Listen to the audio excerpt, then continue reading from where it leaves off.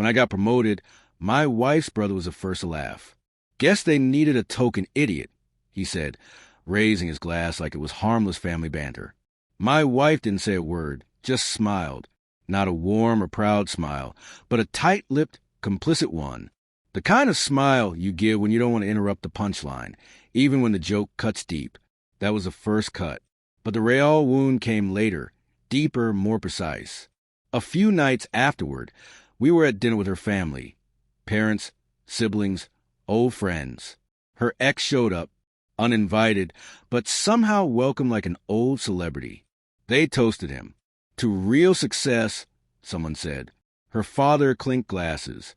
Her brother laughed again, louder this time. And my wife, she didn't just let it slide. She laughed too, right in front of me.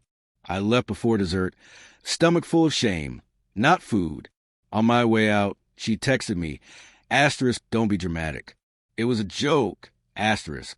That night, I didn't sleep. Couldn't. My mind wouldn't let me. I didn't go to work the next day either. I went somewhere else.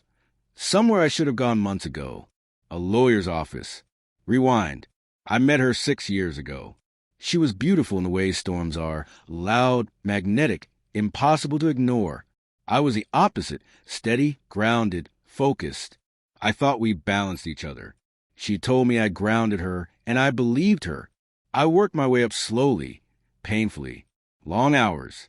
Missed birthdays, forgotten anniversaries, all for us, for the life we said we were building together. But along the way, something shifted.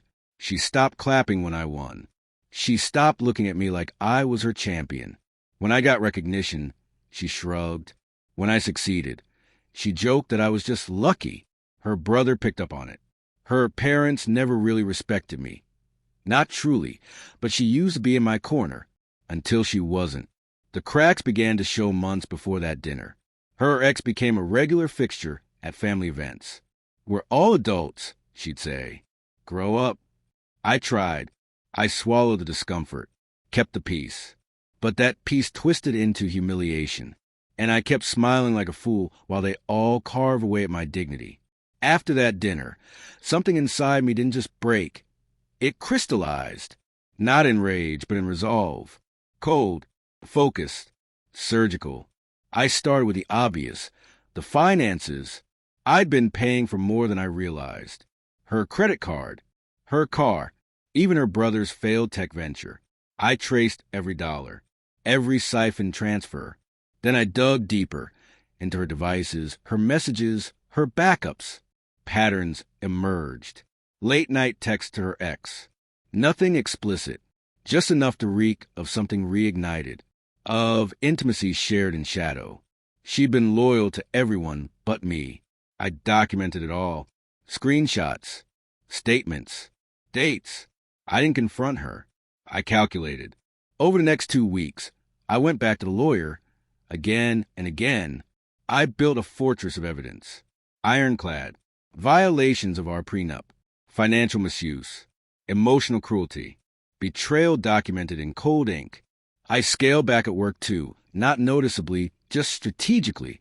Redirected bonuses. Moved accounts. Made sure that if I went down, I'd rise somewhere else. Privately, I secured a transfer, new title, new city. All done in silence. 3 weeks after that dinner, I staged the fall. Her birthday. I rented a hall, lavish, glowing with soft light and champagne expectations. I invited everyone. Her family, friends, co-workers, even the ex. She wore red, the same red dress from our anniversary 2 years ago. She didn't remember, but I did. I waited until dinner was served, until the wine dulled their sharpness and softened their tongues. Then I stood, calm, composed. I raised my glass. To the woman I married, I began, my voice measured, steady. You were everything I ever wanted, smart, beautiful, unapologetic. But somewhere along the way, I realized I was the only one still clapping. Silence. I turned to her brother. To you, the comedian, always ready with a punchline. Well, here's one for you. I was never the idiot. I was the investor. And now I'm pulling out. Her face froze. She opened her mouth to speak, but I raised my hand and turned to her. Thank you, I said with a calm smile, for keeping her busy. Your messages were enlightening. Gasps. I placed an envelope on the table. This is a divorce petition, filed with irrefutable evidence. Misuse of joint finances, emotional neglect, adultery by implication and by law. I looked at her. You once told me I was dramatic, but this isn't drama. It's documentation. Forks dropped. Her mother looked away. Her brother tried to laugh. I didn't. One more thing, I said. I quit my job last week. Took a new one.